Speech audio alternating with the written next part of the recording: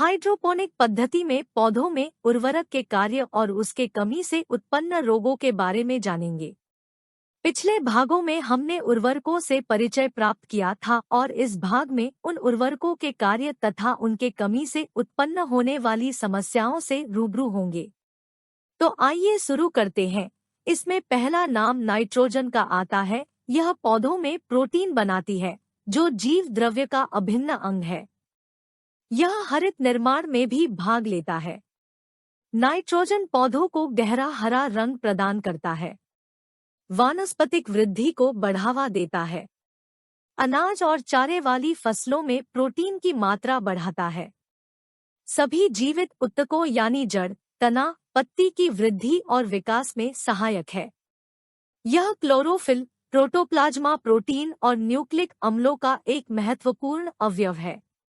आइए अब हम नाइट्रोजन के कमी से पौधों में पड़ने वाले प्रभाव के बारे में जानें। इसके कमी से पौधे में प्रोटीन की कमी हो जाती है, जिस कारण पौधे हल्के रंग का दिखाई देता है। निचली पत्तियां पीली पड़ने लगती है, जिसे क्लोरोसिस कहते हैं। पौधों की बढ़वार रुक जाती है, कल्ले कम बनते हैं, फूलों का आना कम होने लगता है, फल वाले वृक्ष गिरने लगते हैं, पौधे बौना दिखाई पड़ते हैं, फसल अपरिपक्व अवस्था में ही पकने लगते हैं। अब हम दूसरे उर्वरक फास्फोरस के बारे में जानेंगे। यह पौधों के लिए एक और आवश्यक प्राथमिक तत्व है।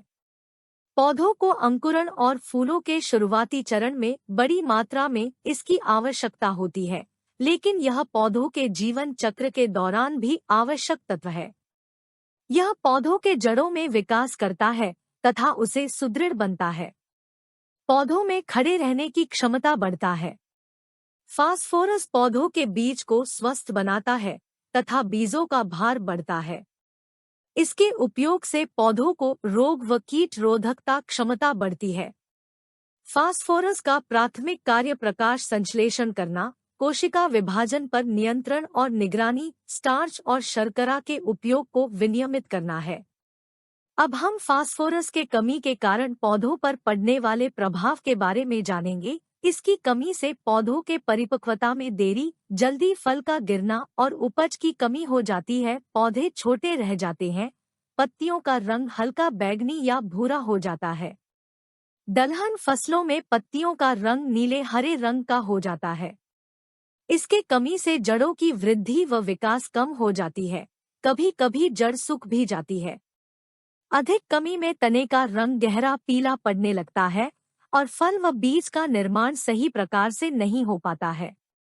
तीसरा आवश्यक मुख्य उर्वरक पोटासियम है, जो प्रकाश संश्लेषण, स्टार्च गठन, प्रोटीन संश्लेषण और एंजाइम सक्रियण सहित कई महत्वपूर्ण प्रक्रियाओं को उत्तेजित करने में मदद करता है। इसके प्राथमिक कार्य पौधों में पानी के उपयोग को सुगम बनाना, जड़ों को मजबूत बनाना एवं पौधों को मजबूत बनाना एवं सूखने से बचाना है। साथ ही फसल में कीट व रोग प्रतिरोधक क्षमता को बढ़ाना, पौधों को गिरने से बचाना एवं पौधों में प्रोटीन के निर्माण में सहायता करना है। यह अनाज के दानों में चमक पैदा करता है, फसलों की गुणवत्ता में वृद्धि करता है, आलू एवं अन्य सब्जियों के स्वाद में वृद्धि करता है, सब्जियों के पकने के गुण को सुधारता है। ठंडे और बादलयुक्त मौसम में पौधों द्वारा प्रकाश के उपयोग में वृद्धि करता है, जिससे पौधों में ठंडक और अन्य प्रतिकूल परिस्थितियों को सहन करने की क्षमता की बढ़ाता है। आइए अब जानें इसके कमी होने से पौधों में क्या प्रभाव पड़ता है। पत्तियां भूरी व धब्बेदार हो जाती है तथा समय से पहले गिरने लगती है। पत्तियों के किनारे व सिरे झुलसे दिखाई पड़ते हैं। इसके कमी से मक्का के भुट्टे छोटे निकले तथा किनारों पर दाने कम पड़ते हैं। आलू में कंद छोटे तथा जड़ों का विकास कम हो जाता है। पौधों में प्रकाश संश्लेषण की क्रिया कम तथा श्वसन की क्रिया अधिक होती है। अगला उर्वरक कैल्शियम है, जो गुणसूत्र का संरचनात्मक अवयव है। यह दलहनी फसलों में प्रोटीन निर्माण के लिए आवश्यक है। यह पौधों में कार्बोहाइड्रेट संचालन में सहायक होता है। कैल्शियम के कमी का पौधों पर पड़ने वाले प्रभावों में जैसे नई पत्तियों के किनारों का मुड़ व सिकुड़ जाना, अग्रिम कलिका का सूख जाना, जड़ों का विकास कम तथा जड़ों पर ग्रंथियों की संख्या में काफी कमी हो जाती है। इसकी कमी से फलों व कलियों का अपरिपक्व दशा में मुरझा जाना। अब हम उर्वरक मैग्नीशियम के कार्यों के बारे में जानेंगे। यह क्रोमोसोम, पोलीराइबोसोम तथा क्लोरीन का अनिवार्य अंग है। पौधों के अंदर कार्बोहाइड्रेट संचालन में सहायक है। पौधों में प्रोटीन, विटामिन, कार्बोहाइड्रेट तथा वसा के निर्माण में सहायक है। मैग्नीशियम के कमी से पौधों की पत्तियां आकार में छोटी तथा ऊपर की ओर मुड़ी हुई दिखाई पड़ती है। दलहनी फसलों में पत्तियों की मुख्य नसों के बीच की जगह पीला पड़ जाता है। पौधों में उर्वरक गंधक का कार्य। गंधक एमिनो अम्ल, प्रोटीन, वसा, तेल तथा विटामिन के निर्माण में सहायक है। तिलहनी फसलों में तेल की प्रतिशत मात्रा बढ़ाता है तथा सरसों, प्याज व लहसुन की फसल के लिए जरूरी है। गंधक की कमी से पौधों में नई पत्तियों का पीला पड़ना व बाद में सफेद होना, तने छोटे एवं पीले पड़ने लगते हैं।